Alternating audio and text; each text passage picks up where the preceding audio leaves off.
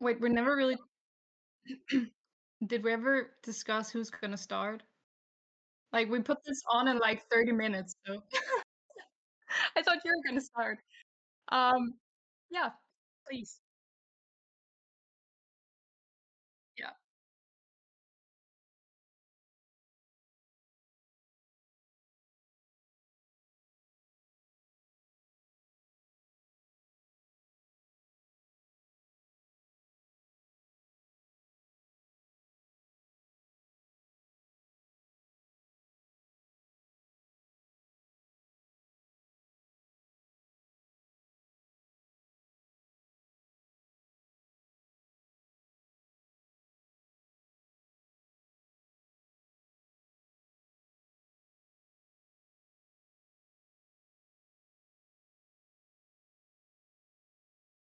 Oh, wait, was this the slide I was gonna do?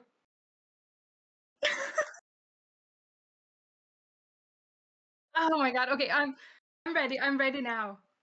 Um, okay, so, yeah, like Paige was saying, identify as is not the only way to be all too human. Um, and, more importantly, all too human is not a synonym for no, wait, what the fuck am I saying? Sorry. Um, I think I mixed up the numbers on the slides. So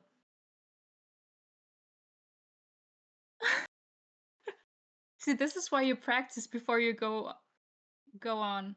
Um, yeah. You know what? I'm just gonna start reading my script. Um, when people come into the community explaining how they think of themselves as non-human, we offer them a whole swath of potential labels to try out, like otherkin, otherlink, constellic, introject, endel, flicker, holothere, non-human, transspecies, and so on and so forth. But when they come to us explaining that something is integral to their sense of self, but that they are not that thing, the only label they're offered is otherhearted, often worded with some kind of apologetic. It sounds like you're just other-hearted. But there are a ton of terms for these kind of identify as identities. Um, so we're really doing everyone a disservice by focusing on other-heartedness.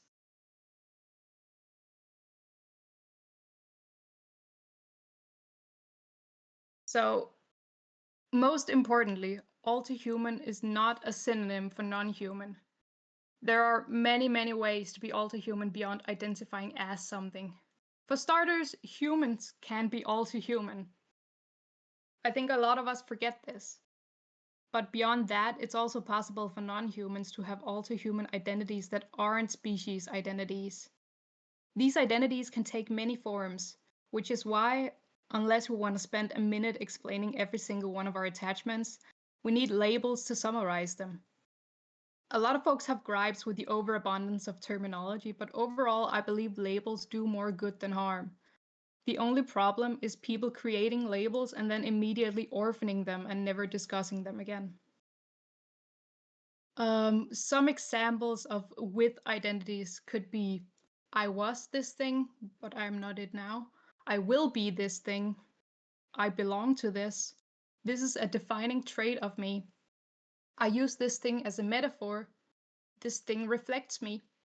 This thing is shaped like me. I'm attracted or drawn to this thing. This thing is my family.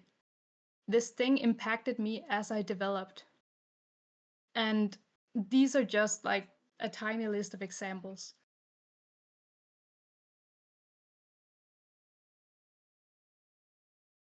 So, what is other-heartedness?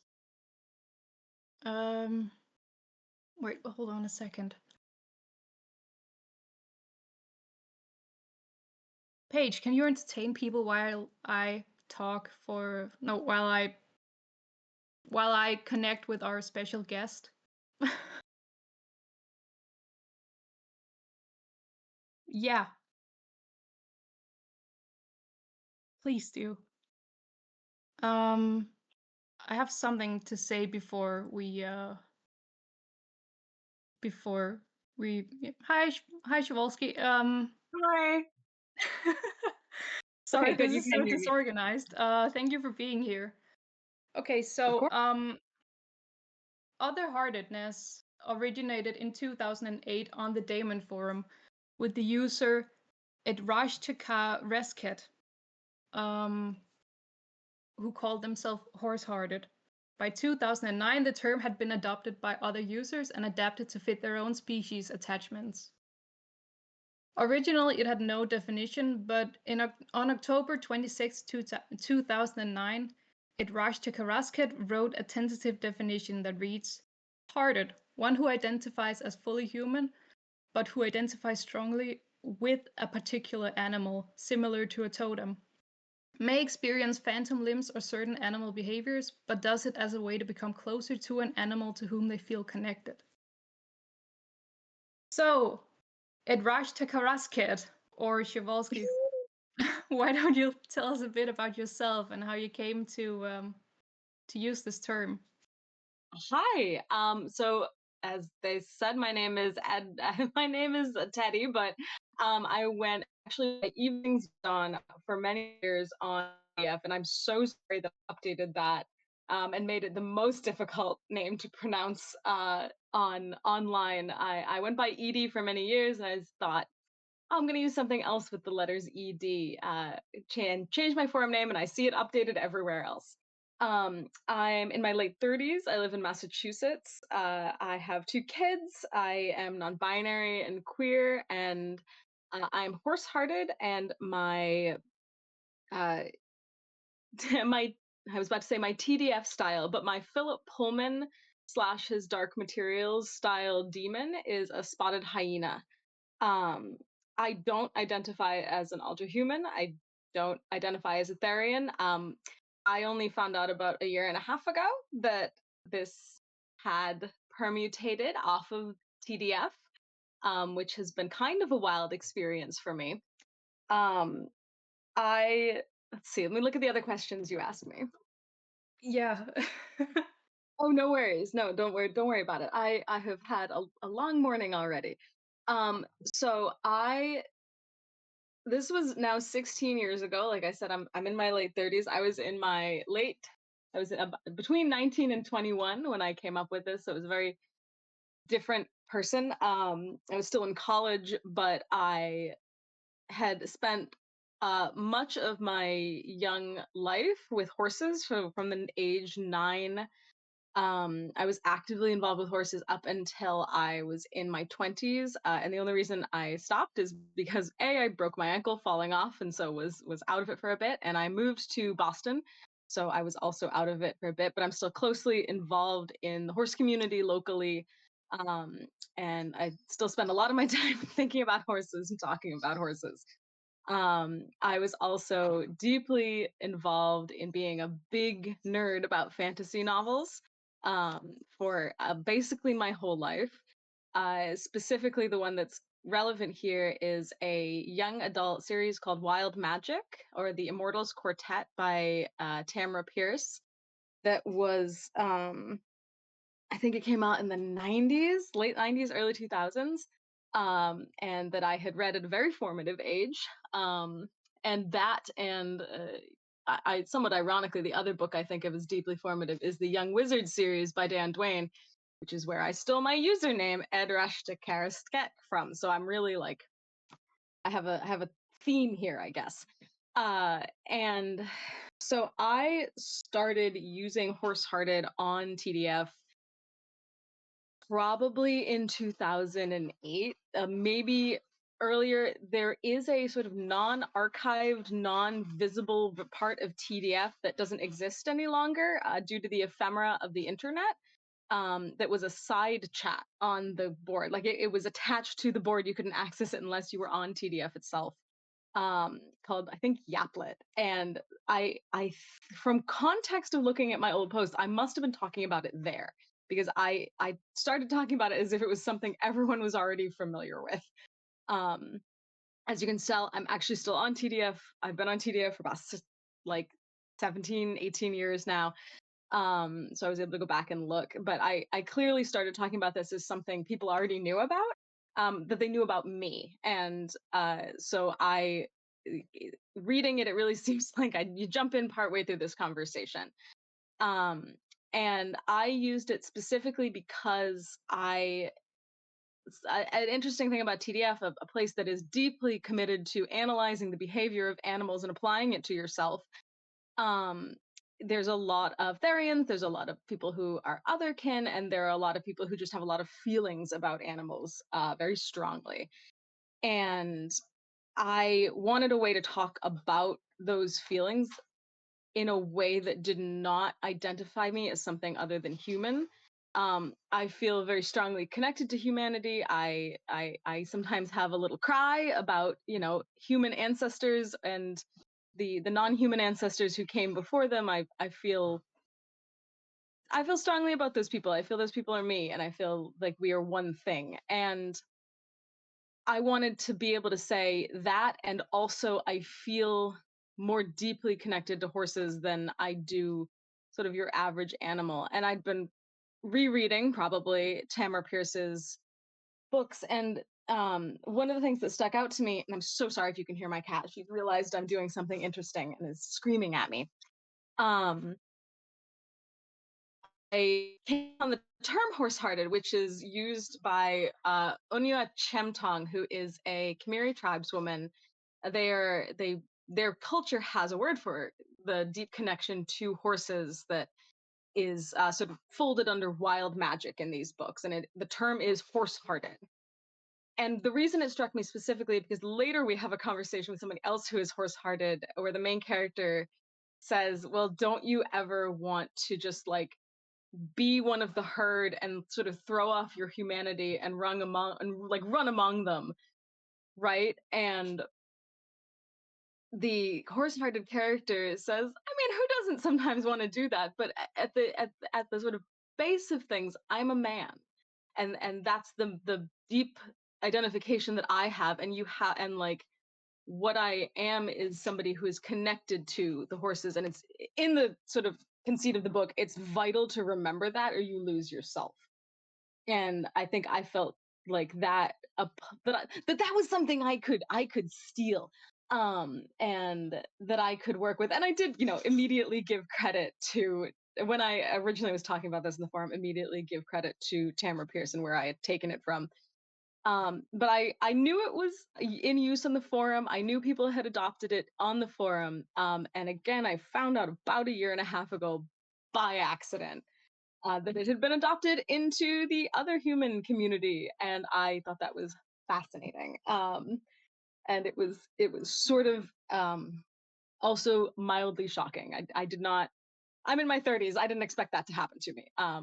So that's the once over. I don't know if you have any specific questions. No, thank you so much for telling us the story. I know you're really busy, so if you need to get back to the farm, you can leave now. Um, it will I have a also few. be cool if you stayed on, but no worries. Thank you so much. Of course, my pleasure. This has been, again. It's been a. I had to figure out a way to tell everyone in my life about this because I was like, I can't. You will not believe what has happened to a thing that I did on the internet that I had no idea. I never Google myself, clearly. Like, I don't Google my usernames, or this would have probably come up. Um, so, Yeah, congrats, you're part of history. I think I might have run into this via House of Chimeras had written a bunch of like academic type stuff that Yeah, I'm very nosy. I love to read about other communities. Like the first trans person I met was also a Therian, which I hear is very common.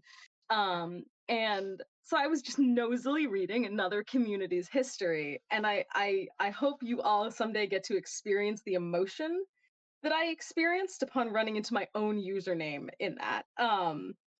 So yeah, I'm happy to. I'll hang out for a few minutes and listen, and I'm I've been enjoying. I'm so honored that you messaged me and asked if I'd like to be a part of this. I think I was very charmed. Yeah, of course. I'm honored that you would set aside the time to be here, you know? I think I can kind of somewhat relate to the experience you had when you found out. Like sometimes I just Google otherhearted, and the experience of seeing that one symbol I drew in math class 5 or so years ago everywhere is it's a very strange feeling. Yeah, it's wild. I mean, it was definitely it was good, and I think I've loved to see how this has been embraced.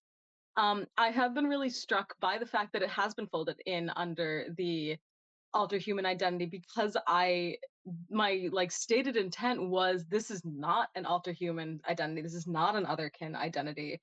And it's been a really fascinating sort of look at how things have grown and changed when the creator is, or not the creator, but like the the coinage person vanishes. And I think that's like it's an evolution of language sort of thing as well. It's very cool, and I'd love to hear. um so that's why I'm Yeah, gonna hang out for a little bit. So yeah, and that's actually a great segue to the next slide. So on the Damon forum, people, people kind of took the term and ran with it. And because there wasn't so much prescriptive definition, people, kind of came up with their own uses for it and ascribed their own experiences to it. So a couple years ago, the user Atlas of Mossland kind of went through all the topics on the Damon forum that were discussing otherheartedness and tried to compile a list of common experiences among the early otherhearted folks. So the descriptive definition of people's experiences of otherheartedness back in like 2009 on TDF includes being fully human but feeling non-human, having phantom or envisage shifts, which envisage shift is like the new term for sometimes envisioning yourself as an animal or other thing. Empathizing with animals, specifically empathizing with their movements or behaviors, relating to therianthropy without identifying as a therian, having some element of voluntarity in the identity, there being some constancy or inherentness to the identity, and very often also having psychological origins for it or ascribing it to having an overactive imagination. But since the term morphed over the last 15 years or so, that's not really how people use it. So for starters, a lot of us here are other-hearted and not a lot of us are fully human. That's a pretty good place to start. Um, some of the things are still included as other-hearted experiences nowadays, like having shifts related to your heart type, and empathizing with it and so on. Um, but there often isn't an element of voluntarity to it, or people don't care if it's voluntary or not. And people also don't usually discuss the origins of their other-heartedness. So I actually took it upon myself a few years ago to see how people use it in the community nowadays and write a new descriptive definition. And my definition is like, wait, page, go back. Go Sorry. back. I need to read that. It's fine. So my definition of the modern new usage, Jesus Christ, um, is very, very vague, as you can see. The way people use it nowadays is to describe identifying with something to the point that it impacts your sense of self, in an all-too-human way, which is like that could apply to almost anything. Um, so yeah, allow me to read you an excerpt of my essay, Identifying With, where I kind of like explain how I came to this definition. Also, I need a drink of water before I continue because I'm having really, really dry mouth.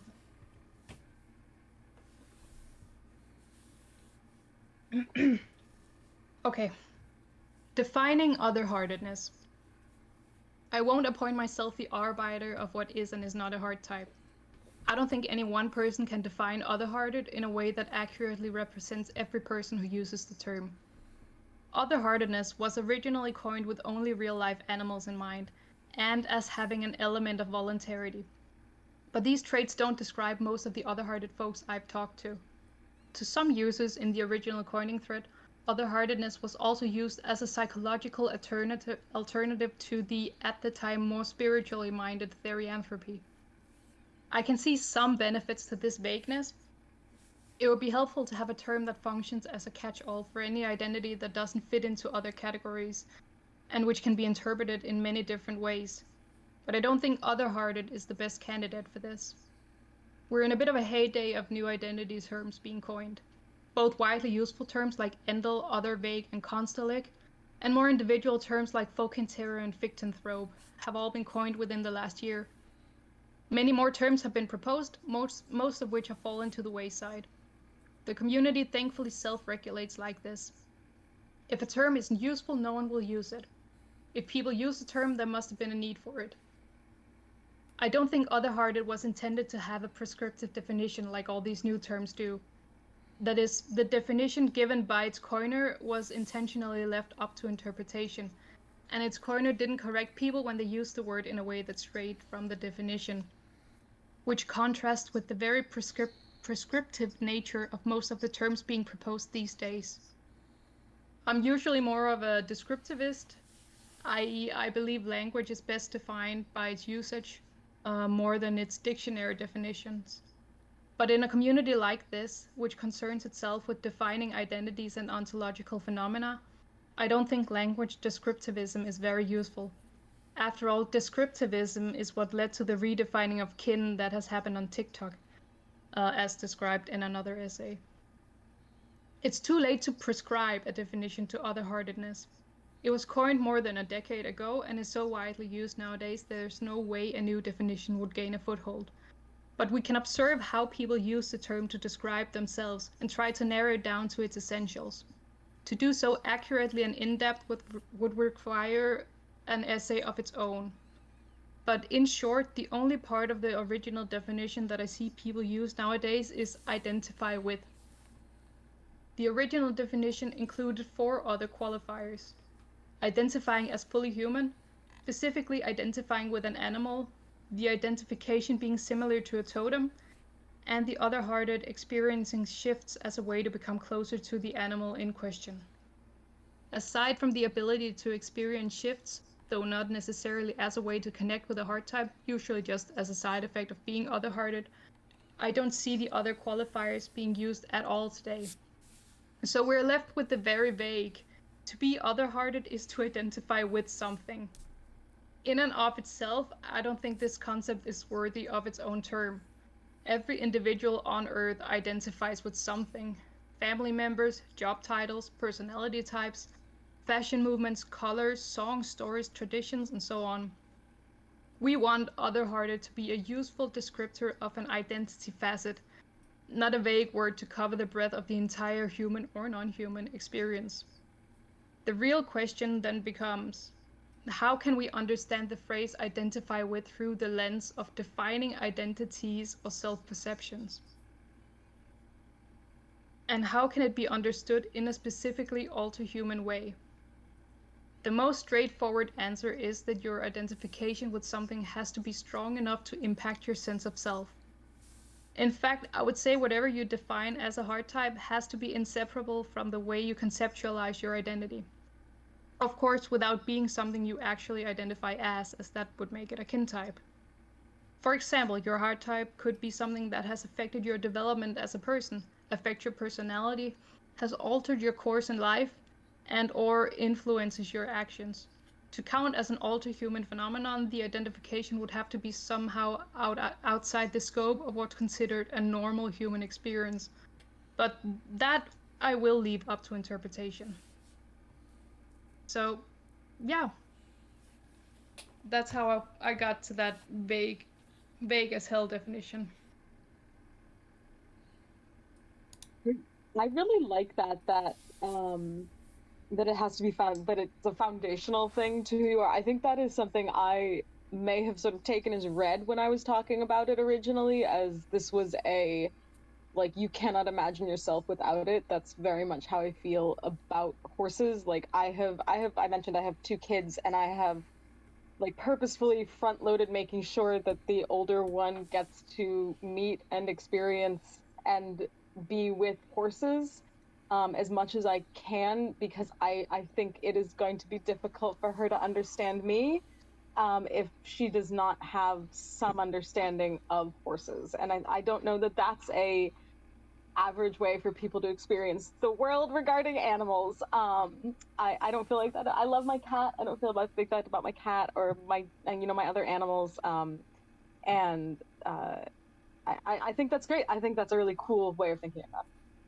Yeah, I feel kind of the same way about spiders. They're one of my main heart types. I often like daydream about when I have kids, how I'm gonna, bring my kids to tarantula rehousings and help them pick their first spider and so on. And I mean, there are definitely animal enthusiasts who think that way, but it's not common at all. Um, So yeah, that concludes the planned discussion of other-heartedness. The rest of the panel is devoted to like all the other different identify with. Jesus Christ. Okay, I need to go get a glass of water, and Paige can take the next slide. Yeah. If you don't mind, I'm actually going to go ahead and hop off, and I can hear my kid thumping around upstairs, which means she's done with Bluey. So I'm gonna thank you so much for inviting me. I really enjoyed this. If you said it was going to be recorded, I might go check out the rest of it later. So I really appreciate it. It will be. Thank you so much. Thank you for joining us. us. You. Of course.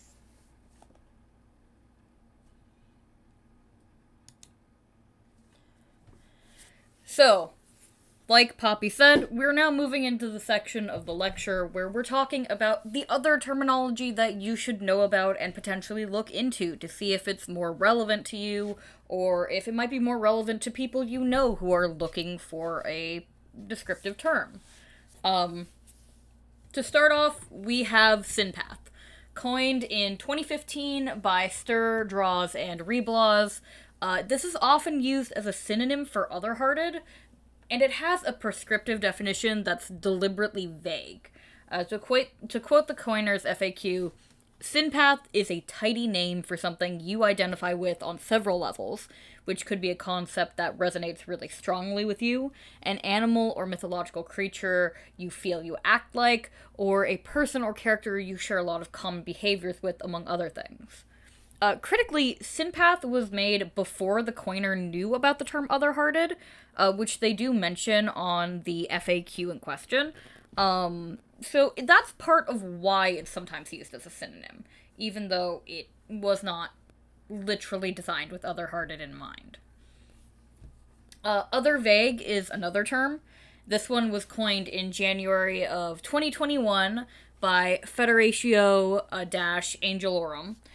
Its original definition focused a lot more on label rejection due to the dislike of the concept that each term has strict boundaries, and it was also coined with the idea of having experiences which can fit into one or more label boxes, or which otherwise have aspects that people wouldn't typically associate with a known but relevant label. One of the examples that the coiner talks... Sorry, go on, Poppy? No, I'm just moving around. Oh, okay. Like I said, I'm recording on my bed, so. One of the examples that the coiner talks about is actually voluntary identities, seemingly in the realm of KFF, or kin for fun, judging from the time period and the pinned post that they had at around the time, which talked about quote-unquote kinnies, which wasn't used in like 2020, 2021 in the same way it's necessarily used in like 2025. However, the term other vague isn't really used in either of those strict definitional ways in its modern iteration. Other vague's usually an umbrella term that fits any experience that doesn't fit neatly or clearly into another predefined term. If you're holding an identity or experience in your hand and you're looking at it and going, I don't know what the fuck this is, chances are you can just put it into other vague.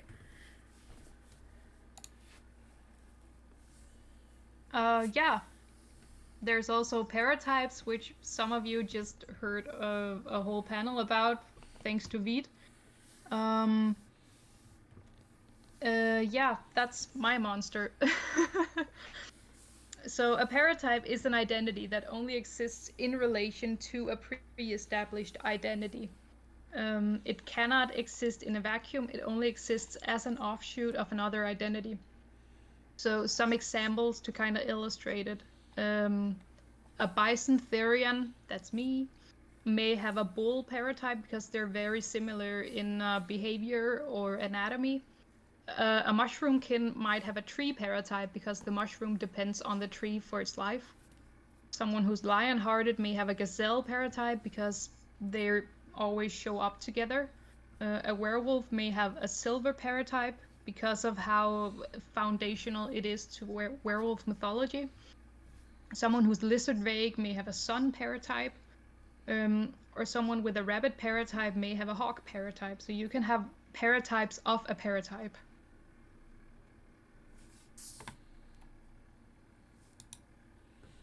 There's also cardiotype. Cardiotype was coined by Angelic Polar Fox in 2022 after a conversation he had with Poppy. And a cardiotype is a previous life that has an impact on your current personality, your core identity, or which is otherwise significant to you, but which is not something you still identify as.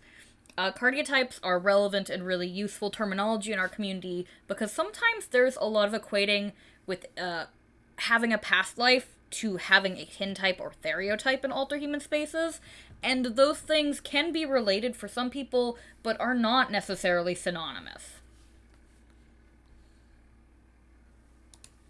There's also a constellic. A constellic is a connection or identity adopted later in life.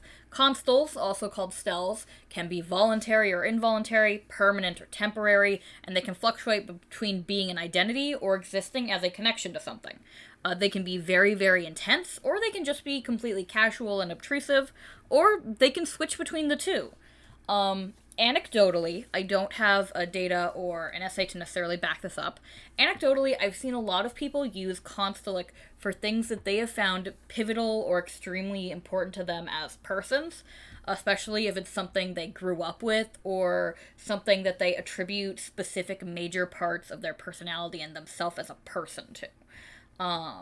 It's like hyperfixation to the nth power, I don't know. I've seen some people also use it. It's one of those terms where it has a wide range of use. Those are just like the ways I have often seen it used. There's also similes, which is another monster of my making. So a simile is a character, animal, concept, object, etc., which reflects or otherwise represents who you are without actually being a part of your identity. The way I usually think of it as is like it's sort of like looking at a photo of yourself or like looking in the mirror. Except the mirror analogy doesn't really work for me always, because when you look in the mirror, the image is mirrored. Like, it doesn't show you, it shows a different version of you, where a simile is like, it may be described as a metaphor for who you are. So for example, a heart type could be described as feeling this relationship with my heart type has led to the person I am today. Whereas a simile is the other way around. So being the person I am today has led to feeling this simile relationship.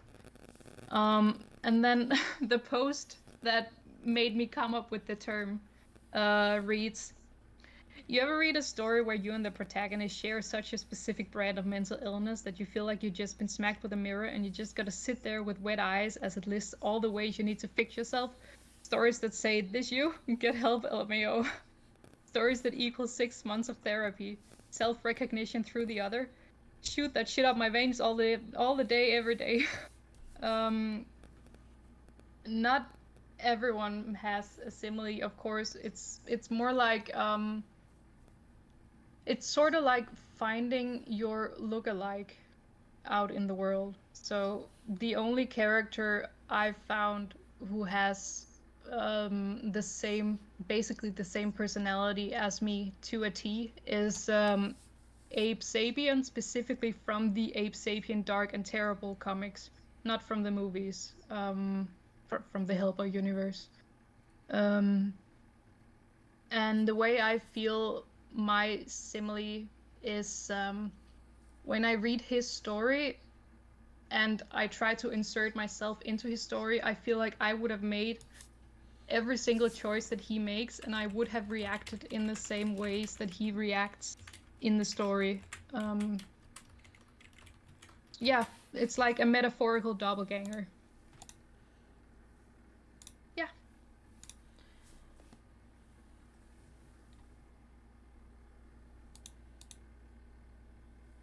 Which one of us was... Oh, yeah, this is my slide too. Yeah. So people have come up with a whole bunch of terms for identifying with, and some of them have overlapping or almost identical definitions. So clicking or a click is a character, creature, concept, etc. that someone strongly relates to. It's a deliberately vague term coined as an alternative to kinning or kin for fun. And then there's also otherfix, which is an identity caused by, influenced by, or connected to a hyperfixation. It can be an identify with or as identity. So it's more about the origins of the identity than the actual experience of having it. The thing identified with may be referred to as a fixed type. Otherfix can be used in conjunction with other identities. For example, I'm an otherfixarian, or my heart type is also a fixed type. Or it can just be used on its own. There's also experience taking, which is the process of taking on traits of a character as you read, watch, or play through their story. It's often the cause of cameo shifts and fiction flickers even, and it tends to fade away after a while, though it can cement itself into a more permanent identity, such as a fictotype or heart type. And there's comfort characters, which I think that most people here are probably already familiar with. It's a character that brings you comfort. There's not a set definition, it has a really vague meaning, it's open to interpretation, and it's also not an exclusive term. Your comfort character can be a synpath, it can be a kin type, it can be a heart type, it can be any other type of identification. These things are not mutually exclusive.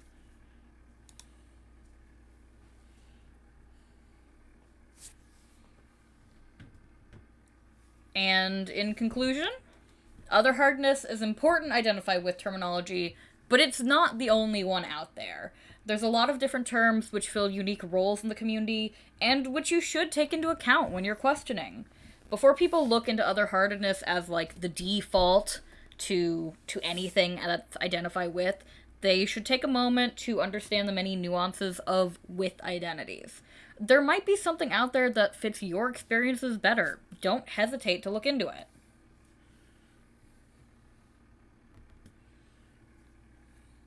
And that last paragraph was actually supposed to be mine, but I'm sorry, I'll let Poppy. it slide. You can take the Q&A. Okay. I was kind of hoping we could do that in tandem, but sure. I'm kidding. We can. No, it's mine. Get out. Leave. Oh, we forgot to talk about other kith. We did forget to talk about other kith. I don't know the terminology of it. Like, I understand kith means family, but I don't know where it came from or who coined it. My But understanding of other kith was that it was coined as synonymous with otherhearted. yeah, that's my understanding too. But again, I don't know the story of it. And also, I can see Gideon in chat corrects me. Kith means friends, not family. My bad. But yeah, uh, I have no idea where the term came from, like what forum or message board or chat it was coined in. So I'm shrugging. You can't see it, but I am shrugging. Okay. Questions.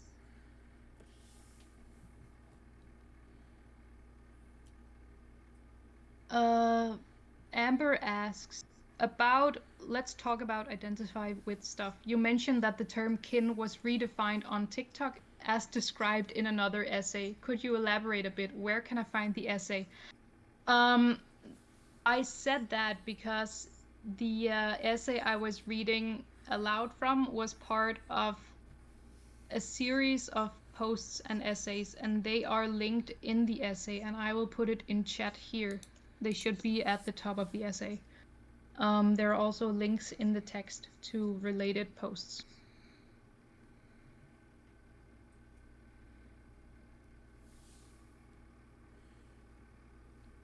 Parado asks, how can identify with identities change with time? I mean, they just can. There can be like a cataclysmic event or like something that sets off the change, but sometimes you as a person just change over time, slowly, minutely, in ways you don't recognize. And so the things you identify with can also kind of change internally, and how you view them, and how you see and understand and interact with them. There's not like a specific way that identify with identities change over time. They just can and they just do, and it's individual from person to person. You know, I kind of read the question as like, in which direction can they change? Like, can a heart type become a kin type, or can a synpath become a paratype or whatever? And if it was meant in that way, then the answer is yes. It just in general, yeah. People change, non-humans change. So any identity you have can potentially change into pretty much anything. Yeah.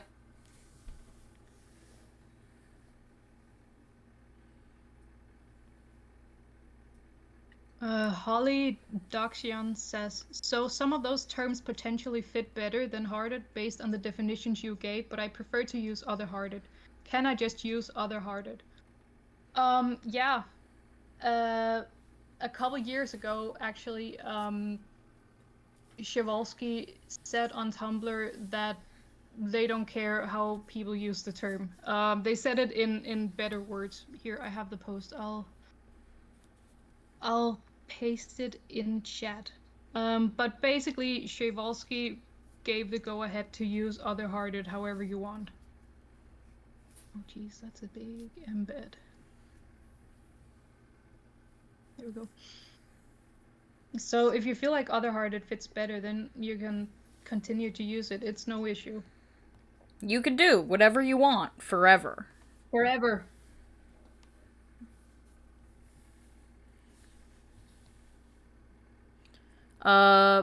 Voxel says that in addition to other fix for hyperfixations, there also exists the term other spin for special interests. So that's pretty cool. I had not heard of that. Oh yeah, I've heard of other spin before, but there's so many new terms. I'm sure we forgot about a ton of them. I also, while we were writing, I found the term other marrow, which is also like something that's a part of you, kind of a vague definition. We didn't get to put it into the presentation, but there are so many terms for identifying with. And again, that's why we're kind of doing a disservice to the breadth of the experience of identifying with stuff when we just default to otherheartedness. Orion Scribner says, would anyone in the audience happen to be enough of an expert on otherkith or another identify with identity that they would like to take the mic for a minute to tell about it? So just, if any of you know anything, please raise your hand or your paw or tentacle or whatever limb you have. And if not, we'll move on to the next question. Paige?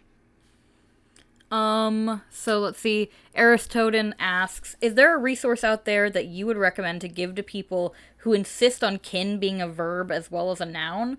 Like, that can explain the origin of the term. Ooh,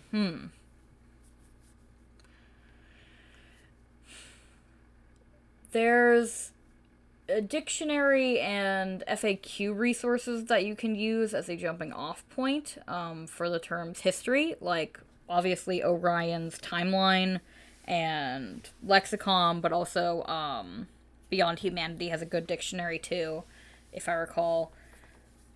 But I don't personally at least know of like a specific resource tackling just the linguistic aspect of it. I just know the like actual history definitions where you can see the word in use, if that makes sense. Poppy, what about you? Sorry, I was reading chat. I kind of lost my train of thought.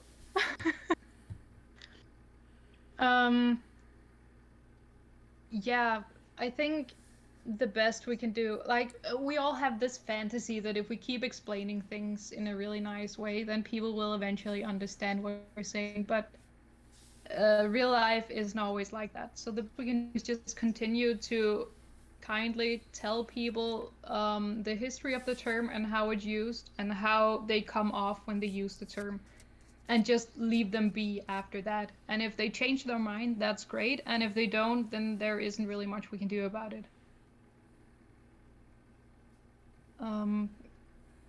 As for resources, then yeah, I would just continue to link all the stuff Orion and Kai have, all the things Orion and Chimeras have been compiling.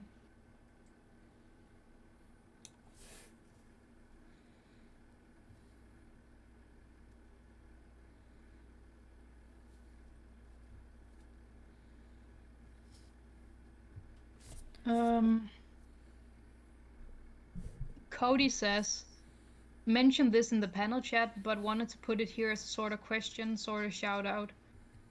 I'm going to put forth furry lifestyler as a possible identify with label. Furry lifestyler can be identify with, though isn't entirely, it's kind of its own thing. My experience of it is species as drag through furry fandom, which is both kinda with and kinda as at the same time. Identify with as a practice until the practice is what I am, essentially, that's cool. Yeah. I mean, a lot of the terms we included in the slides are also vague in that they can be both identify with and identify as terms. So furry lifestyler could go on the list, definitely. And I think this question is also more for me. Gatsby says, do you think a simile could start influencing who you are now while still remaining a simile? I'm not sure. The point of similes is that they already reflect you, like, to a T. Like, they're I mean, of course, a character is always a little bit vague. They're not a fully fledged person. So there will be some areas of their personality where you kind of fill in the spots with your own personality, so they better match you. But in general, a simile is that one in a million character who just happens to reflect who you are. So, I'm not sure how much they could influence you really, since the point is that who you are now came before the simile. Like, you wouldn't feel an attachment to the character if you weren't already the kind of person you are now. I'm gonna have to think about that question a bit more. Finch asks, I think this one will probably be for me. For Consulate, can you please be more specific with what you mean by later in life? When I discovered the concept of being all-too-human, I was nearly 40, so it would be very difficult for me to determine any identity facets that already existed versus those that were discovered via other means during the process. So, what we mean by later in life, when we as a community talk about consulates, is that it's not something that you are ever born with, is the implication. Like, theoretically, you might be able to, but constellates are largely, from what I understand, defined by your relationship with these constels in your life. You're not like, for example, you're not born knowing about Pokemon. 9 times out of 10 at least. You don't come There's out of the that 10th womb. person. There's that 10th person, and they are a Pikachu fictionkin. Like, you don't come in knowing about these specific things that are going to eventually, like, be big influences on your life until you see them and interact with them, and then they influence you, and you're like, oh shit, this has changed me for forever, nice. It's kind of like that, so that's all we mean when we say later in life. I don't mean like there's a set age that you have to be to count as that term. It's just, it's not innate knowledge.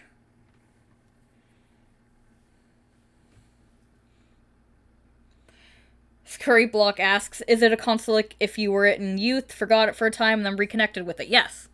It does not have a... consulate is very intentionally a term that does not rely on solid boundaries. Oh, Voxel is requesting to speak. I'm going to pull him up onto the stage if that's okay. Yes. Okay, hi. I just wanted to talk about Otherspin for a moment, if that's all right. Yes. Yeah, go for it. Cool. So, okay. So, we actually have... I was gonna talk about, like, our personal experiences with it, just to, like, give people an idea. So, we've actually had a couple instances of special interests, like, creating alter-human experiences for us. So, when we were very young, like 5 or something, our special interest was dogs, and so we, like, decided that we were a dog, and we now have in our system, like, dog Therians because of that. And also our special interest now, like our main special interest, is Minecraft, and we have all of these Minecraft alter-human identities, and, like, we've got kin types and extranths and archetypes and heart homes and on and on. And so, like, this is an identify with panel, but other spin and, like, other fix as well, I assume, aren't necessarily identify with. They can be more of, like, origin descriptors as well. So I just wanted to share, like, our experiences with that. Yeah, thank you. That's also something, like a lot of the terms we mentioned in this slide were kind of about origins, like cardiotype too, which is also why many of them have the vagueness that they can be either or both, identify with or identify as identities. But You're welcome. yeah, you're right. Thank you. That's really cool to hear about. Okay. I'm gonna head out now. Bye-bye. And people are pointing out in chat that there is approximately 5 minutes before the next panel, so we should probably wrap it up here. Yeah, before we end, should we have the customary dead baby joke, or should we just That's your call. That's your thing. I claim feel like no I become my ownership. calling card now, and I didn't tell one when we started, so Yeah, I was thinking people would be disappointed. So, what's funnier than a dead baby with a clown nose? What? A clown with a dead baby nose. Terrible. The cancel That's it. posts will fly at noon. Okay, thank you everyone. Thank you for attending, everyone. Have a great rest of your Othercon.